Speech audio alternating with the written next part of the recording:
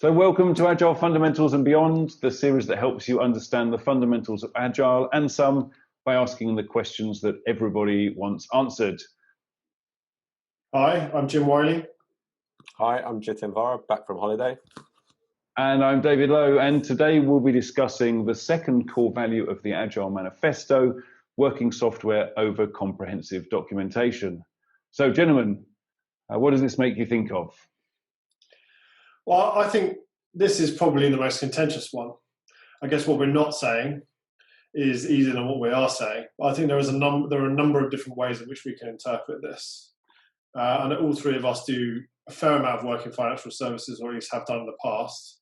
And in those sort of traditional environments, it's really common for you to have to go through numbers of different steering committees, design authorities, that sort of thing, before you're allowed to actually start building anything out. And as such, you will have had to have, documented everything quite thoroughly to get through those obstacles, if you like. Jit, what do you think? Any other examples? Yeah, absolutely, Jim. From those organisations that are transitioning from a traditional approach to more of an agile approach, those kind of pre-existing mental models or previous behaviours still pervade, and so often in these organisations, agile frameworks are seen as project management frameworks, and therefore the way of thinking about things from previous ways of doing things still exists. So, for example, people such as business analysts are still asked to write requirements up front. They might be calling them user stories, but it's still the behaviours from traditional environments, and goes against that value of working software over comprehensive documentation, because it's exactly how you said, Jim. Everything is documented before any work starts. Yeah. Okay, so I just want to draw us back. So in our first episode, talking about these Agile values, or our Agile values mini-series, if you like, we spoke about individuals and interactions over processes and tools. And during the discussion, we touched on the idea that about documenting agreements, decisions, and other things has been valuable. So how does that relate to this? Well, we're still saying documentation is valuable. It's just we value working software over and above it. So we tend to, in our kind of mode of working, use documentation as a way of recording the verbal conversations that we've had between ourselves. So we use it as a backup, in effect. Here's a decision we've made. Here's an agreement we've come to. But we do that in support of a verbal conversation.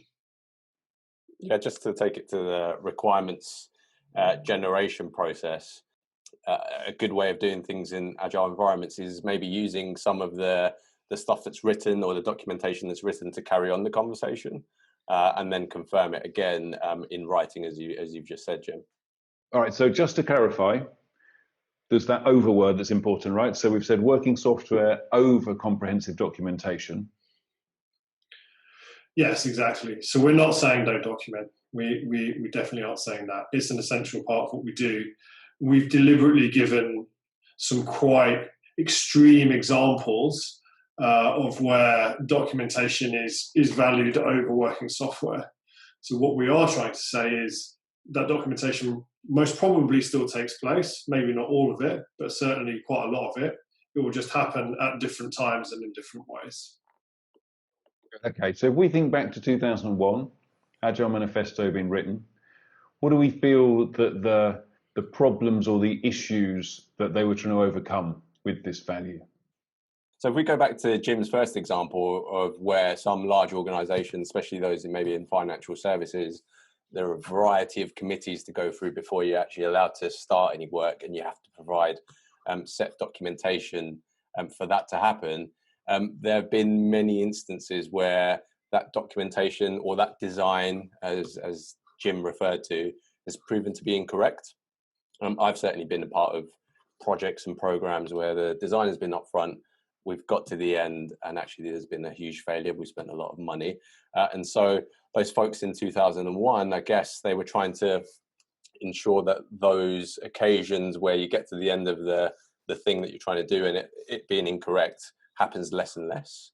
And so that you are focusing on delivering that value, working software as they used, or delivering outcomes as we might use with our clients, instead of trying to design everything up front, and we actually evolve the design as we're going through the work. Yeah, I mean, we're not saying don't have an understanding about where you want to get to, and don't have a framework around that, but be empirical as you do it. To your point, the work we do in the first couple of weeks might well suggest that what we'd intended to do in the second couple of weeks is now no longer the right thing to do, and so we need to pivot slightly. Okay, so Jim, give me a one-liner to sum it up. We're trying to avoid big upfront deterministic design and analysis phases. Yep, and also Scrum used as a project management method without honouring the values and principles of Agile. All right, so in light of that then, what behaviour do we want to see? Well, we basically want to produce something small. Doesn't matter like how rough it is, something in progress that can be potentially like handled by users, essentially, and experience, something that will give us feedback. Get going is what we're saying. You've no idea how valid documentation the planning you've done will be until you actually start the work. Yeah, absolutely. Guaranteed things are going to change. We work in really, really complex environments, as we've discussed in previous episodes. Things will change, and so therefore your documentation is likely to change. Echo the thoughts that Jim's just said. Get going, find out what comes up next, do the right thing, and document as you go. So let's have some fun. I'm going to ask you both to pick 3 principles from the Agile Manifesto to support this core value. And then we're going to see which ones you've picked. If you're playing at home, you can also go to the agilemanifesto.org and play along. Okay, so just got them in front of me. I'm going to go for our highest priority is to satisfy the customer through early and continuous delivery of valuable software. And your second? The second one, I've gone for simplicity. The art of maximizing the amount of the work not done is essential. Okay. And your final choice? Working software is the primary measure of progress. I too had working software as the primary measure of progress. Mm-hmm. I also had, I had a slightly different one. Deliver working software frequently from a couple of weeks to a couple of months, with a preference for the shorter time scale. And the last one I had was the best architectures, requirements and designs emerge from self-organizing teams. Oh, I almost went with that one. So, Jit, what was your thinking behind taking the simplicity, the art of maximizing the amount of work not done is essential? I think it's a key principle that I kind of stick to in the work that I do. Often you refer it as the lazy option. But I think keeping that principle in mind helps you to almost not over-document things. The risk of the committees that we've been referring to is that to ensure it gets through those committees, you try and document everything to the nth degree. And as we've established, these things are probably going to change. And so keeping things simple to start off with, just enough to have the conversation, is a more valuable approach in my eyes. Well, and just to clarify, I call it the lazy approach to stimulate a conversation, not because I truly think that. Right, and Jim, there was one that you picked, the best architectures, requirements and designs emerge from self-organizing teams. Tell us more about that one. Yeah, I quite like the fact that it talks about teams and self-organizing teams. As Jit was sort of describing, and in reference to that kind of earlier example again, a lot of the work that's taken to these design authorities and architecture steering groups and that sort of stuff is done by an individual working on their own. And for me, my feeling is we're better as a team, we're better as a unit. I think absolutely a better design will emerge if we do that and if we're doing the work at the same time. Again, if anyone at home chose different ones, we're not saying that those ones that you picked are the only ones, right? They're just ones that you wanted to call out. No, as with all these, every time we go through this game with all of these principles, any of them pretty much, could reference any of the principles, any of the values. And I'm sure when people are playing it at home on Christmas Eve and Boxing Day, they'll find out the same, right? Imagine Agile Manifesto charades. How good would that be? Oh, I'm glad that we've got the rule of 6 in, and I'm not invited to your house for Christmas, Jim. Brilliant. All small boots for me. Okay, so this all sounds good when we're talking about it in theory, but when we come to do this stuff in practice, right, we find that we've got problems with it. So what do people find generally when they're trying to implement these kind of ideas? Just like anything, it takes practice. So it's a new way of working. You're just going to have to experiment with different approaches to some of these things. So, for example, going to the committees, what's the least amount of documentation you might be able to take in order to further the conversation on? You're just going to need to try out some things and practice and see what works well for you. Yeah. And on that last point, actually, a lot of managers coming from traditional environments are used to getting this stuff. So it's really tricky it's hard for them to get their head around the idea of not having it. I think that's one of the biggest ones. So human behavior and the human aspects of it are the biggest obstacles to this sort of change.